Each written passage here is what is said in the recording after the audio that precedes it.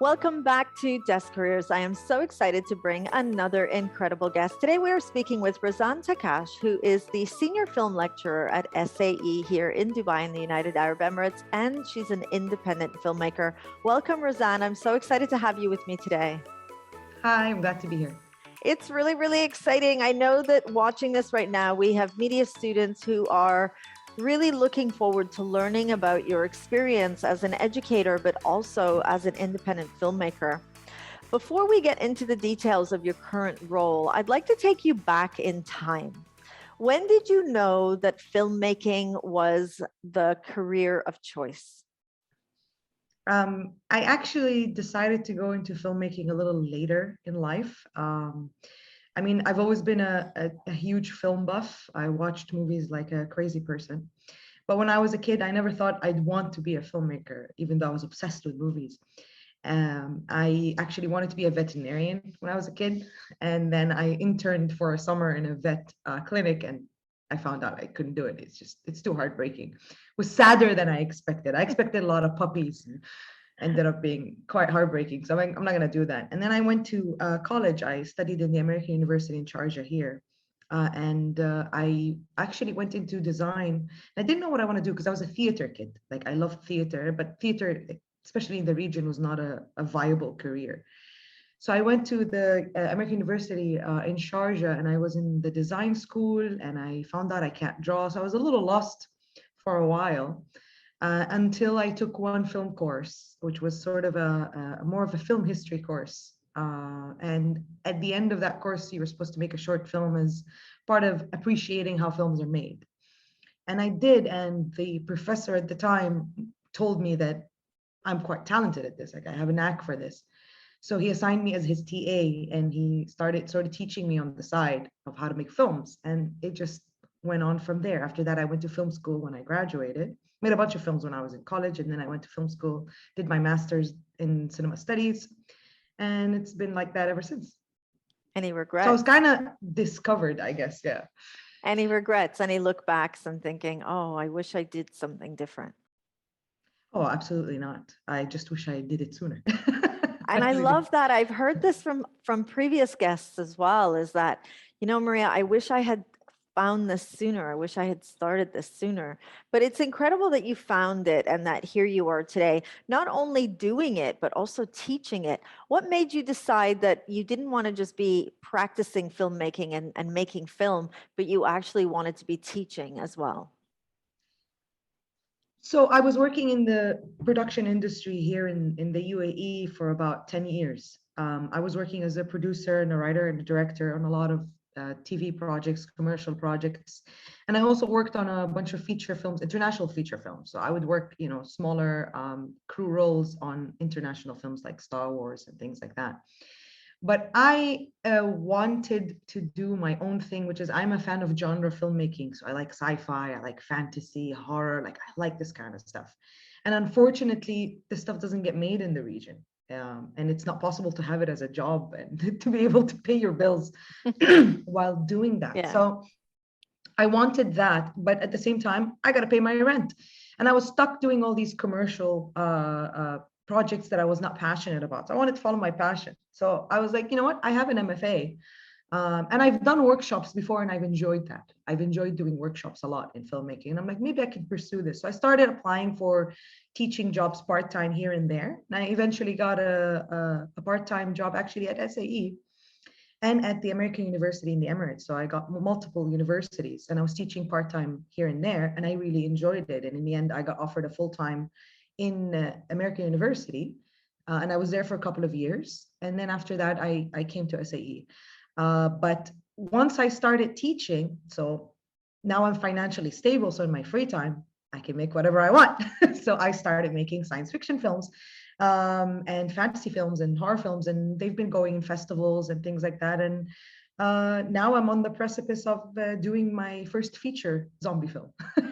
And I really appreciate that you mentioned a few things. One, that term passion. We hear it a lot, and I want to talk about that. But before we do, I'd like to talk about the financial concept that you mentioned. I need to pay my bills. And when I see young people that are interested in film or in working in the industry, behind them is always an adult dissuading them from this career path. And, in all honesty, I think it's a justifiable concern. How are they going to pay the bills? So, as you brought this up, can you come and really bring this into context for us? What should a young person be familiar and aware of? But then you found a way around it. So how do they potentially find inspiration like you did? Yeah, I'm not the only independent filmmaker that I know who's, doing their own thing on the side while having a day job. Any kind of day job can help you. All you need is just something that you can sustain yourself, whether it's in the industry or even something else. Like I know filmmakers who work as editors during the day, and then by night they direct and produce. I know people who work in marketing and advertising, and they have like some graphics and know-how, so they do like graphic design, or they do some sort of marketing job, and then at night, we make films. It can really work in many different ways. Not one path works, but I'm not gonna lie and say it's not a financial struggle. It is. But the paths less often taken are the ones with the highest rewards. So it's a high risk, high reward type of thing. If you want to do something that is unique and different and special, and if you want to make it, you want to stand out from the crowd, you're going to have to make a lot of sacrifices and to fight for your passions. If you're passionate enough, that's really the fuel, and you just got to work through it and power through. Because when you make it, it's going to make all that hard work and all that suffering kind of worth it.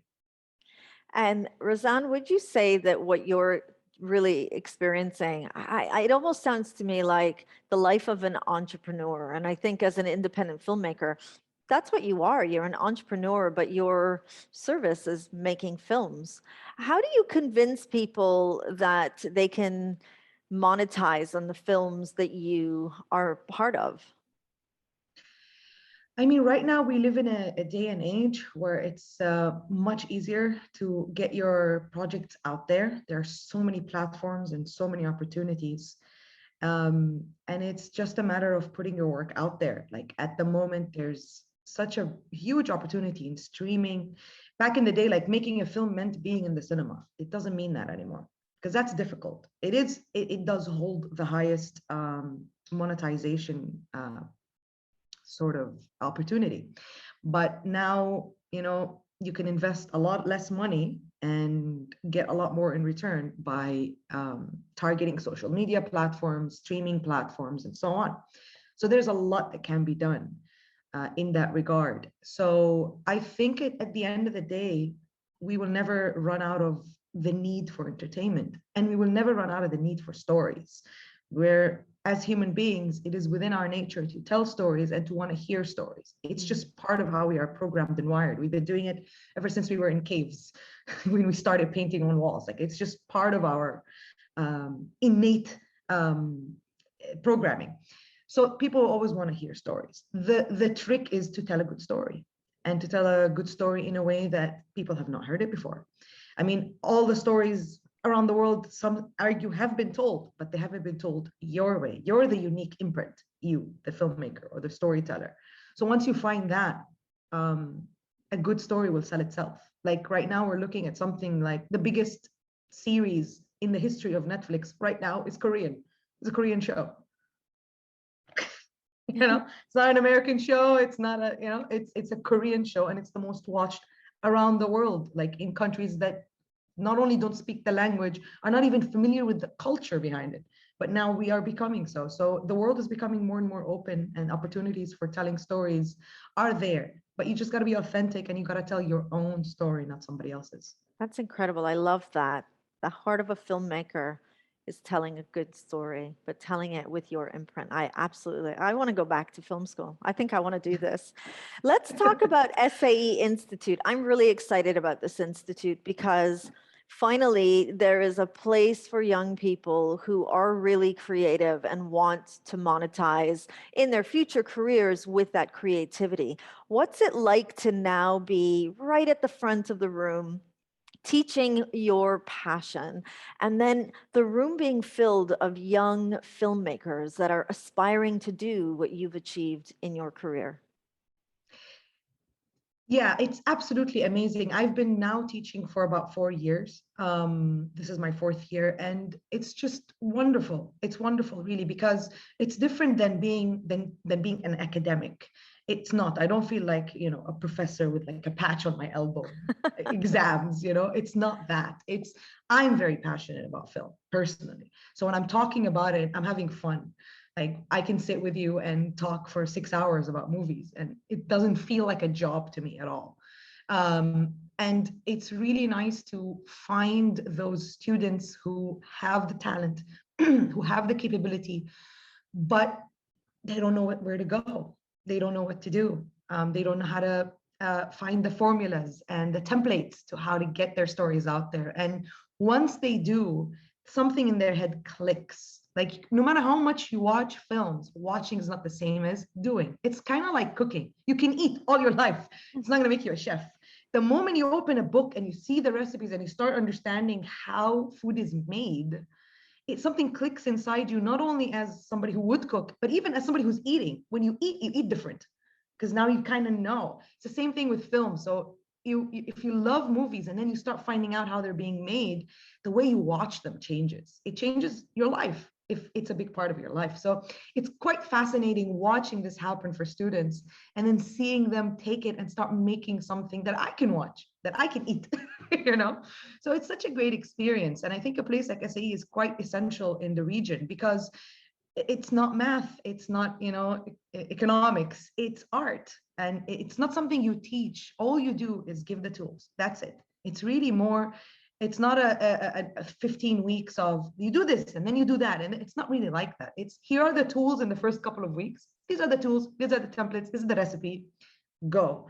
And then it becomes an organic back and forth feedback loop of people telling stories and me giving them feedback about it and back and forth. So it's very personalized for you as a storyteller.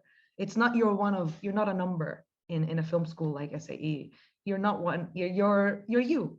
So every professor, every lecturer is dealing with you and your story and your film constantly. So it's quite a personalized experience. So it's great. At the end of the day, a place like this is not about grades, is not about passing. It's more about you get out of it what you want, what you put into Amazing. it, which is Amazing. great. Amazing. Oh my goodness. So I'm so excited for our media students knowing that there is a place now where they can go, and it's not far from home. What do you say to a young person who is like, you know what, I really want to do this. My parents are just not buying it. What kind of advice can you give that young person? You got to fight for what you want.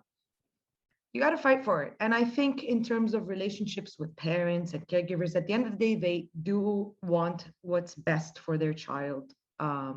So I think there are certain compromises that you can make, right? You can take it slow, you can take it easy, you can have a fallback plan. Parents are want to know that their kids are going to be okay. They're not going to go down a path that is not going to, bode well for them. So always having some sort of backup plan helps. But at the end of the day, you gotta do what you love. That's the only thing that can be sustainable for a long period of time. If you just gotta do what you gotta do, you can do that, but you can't do it for too long. At the end of the day, you're gonna run out of steam. You're gonna run out of patience.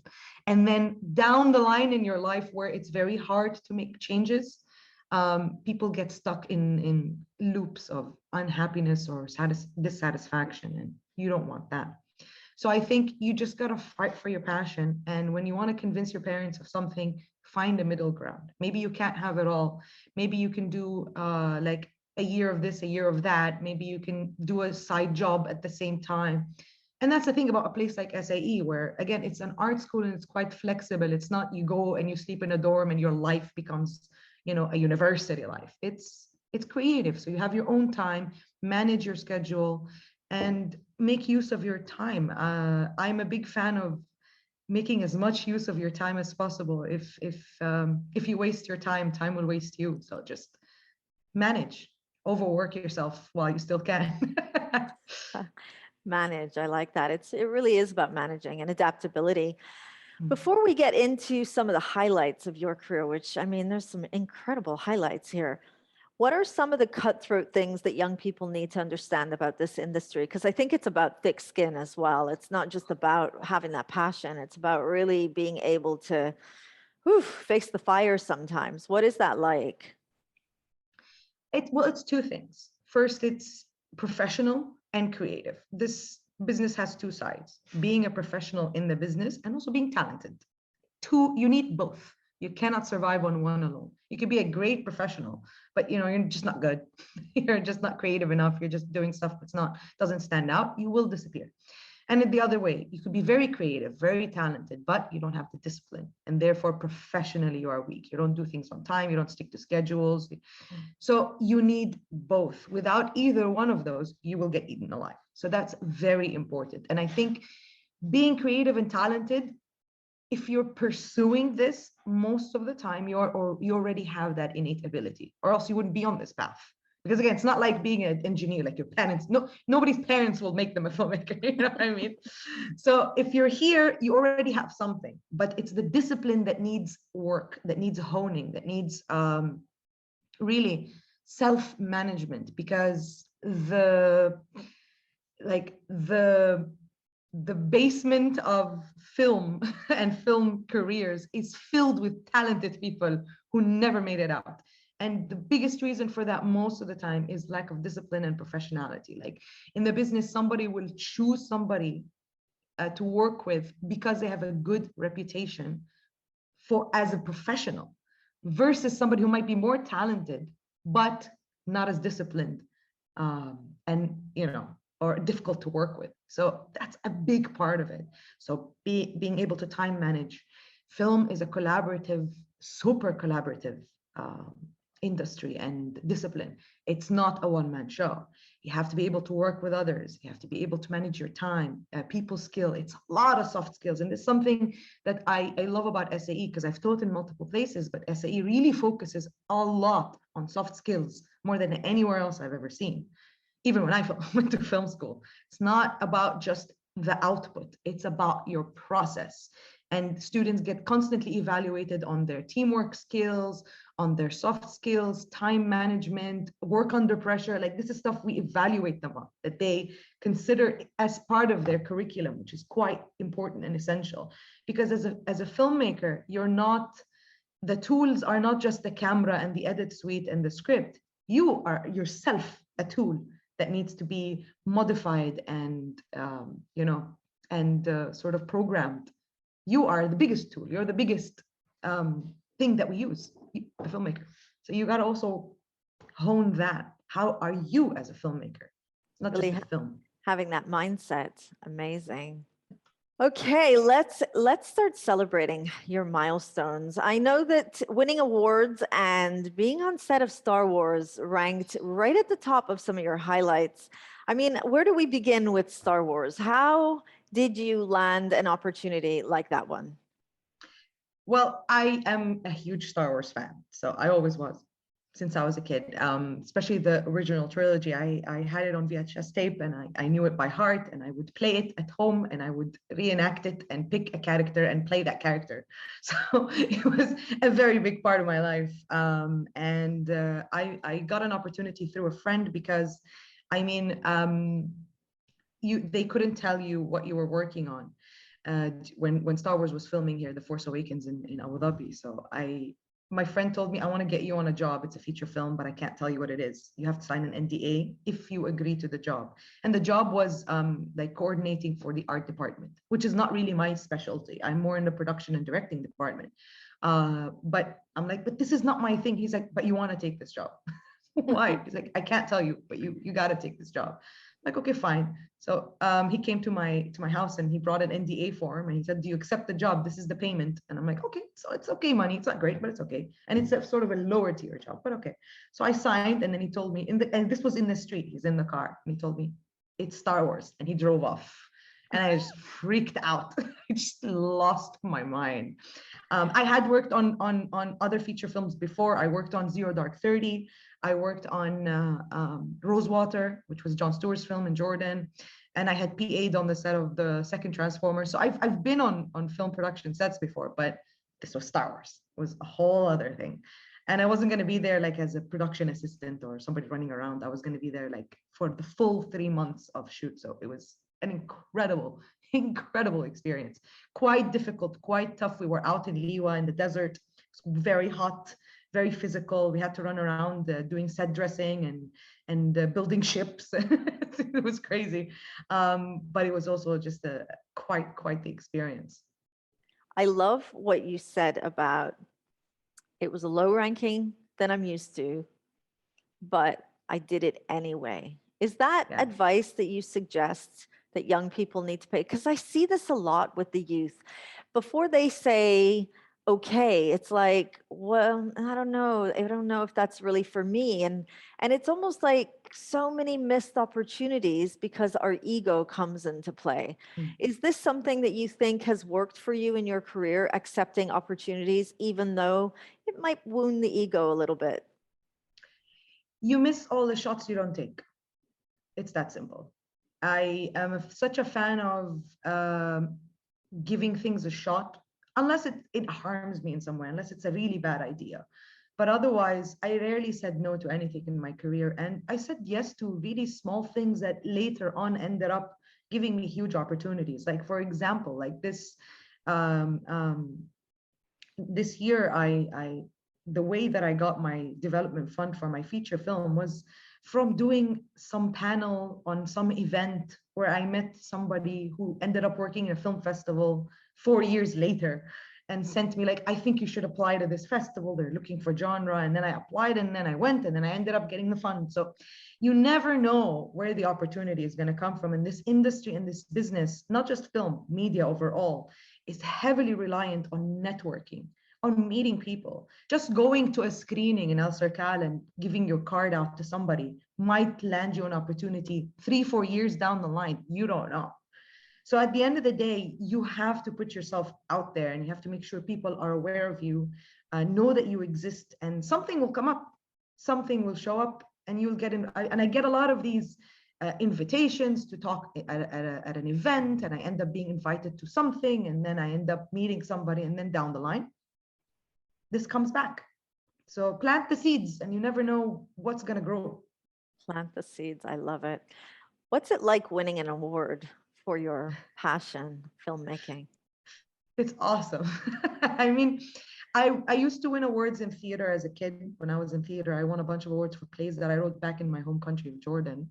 But in film, I've been in a bunch of festivals throughout my young student film, like student film festivals and things like that. But I think the first award that really was like real, like it felt like a real award, was the 48-hour film project in 2017, because I had participated in the 48-hour film project, which is an international competition where you have 48 hours to write, shoot, and deliver a film. It's an international competition, and it used to happen here in Dubai every year. They stopped a couple of years ago, and probably because DIF stopped and because now COVID.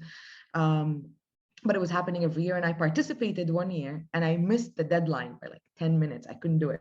I participated with a team and we made a film, but I couldn't export the film on time. The computer froze at 99%. Like, I can't make this up. It actually, and I took the laptop to the submission and it was just 99. And then they closed the submission. 10 minutes later, the film got exported. So it still screened in the fact, but it wasn't up for the awards. So I was very upset and I was like, I'm going to come back and I'm going to win this thing.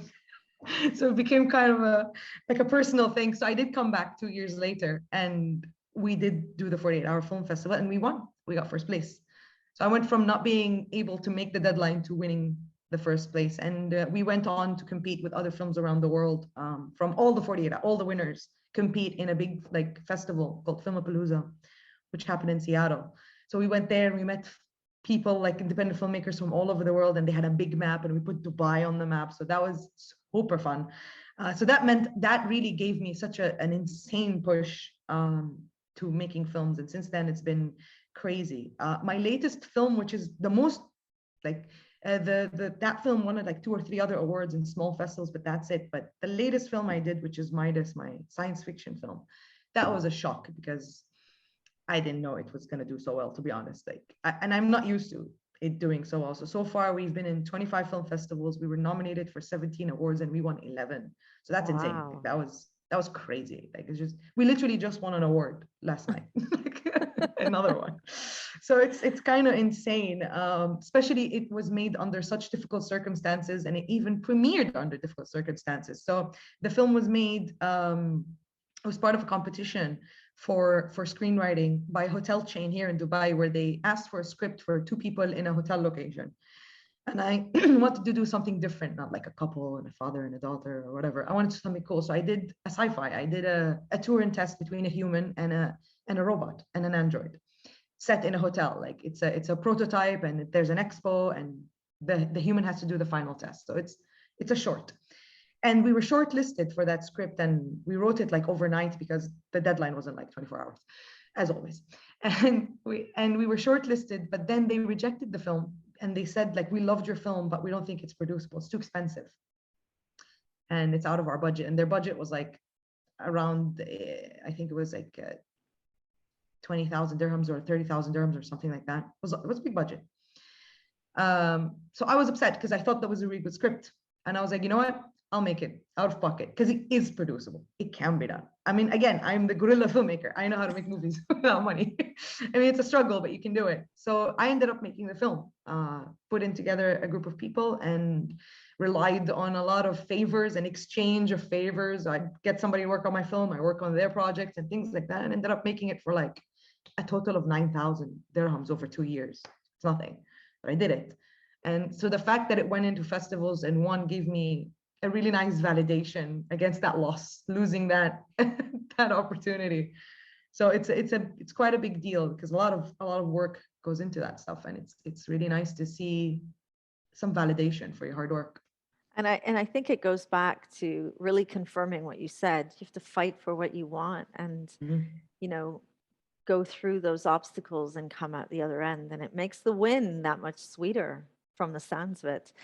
Yeah. We're going to go right back to those younger years. Everything you told me today, I'm walking away with resilience, adaptability, confirmation of that passion and interest in filmmaking, and remembering that the ego has to sit outside the room if you want to survive in this industry. Would you do it all over again, Razan, if you were that younger person? Oh yeah. Oh yeah, I would do it even earlier. I'd do more. I think as a filmmaker, the biggest advice for anybody who wants to be a director or a producer, how do I make films? People always ask me, how do I make films? Make them.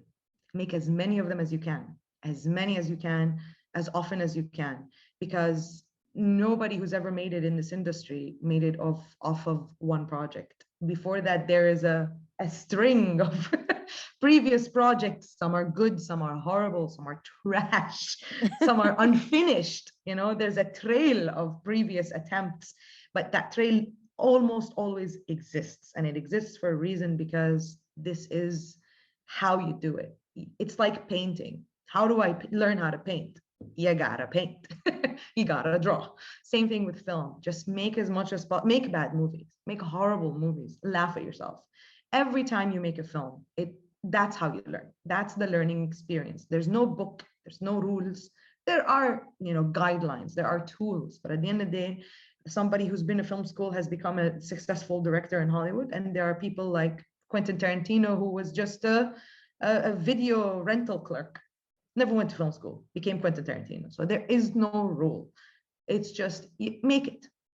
And I think going to something like film school is not about learning how to make films. It's more of a motivator. And it's also a safe environment where you can try and fail, and it's okay. And you can get a little bit more clearer guidance.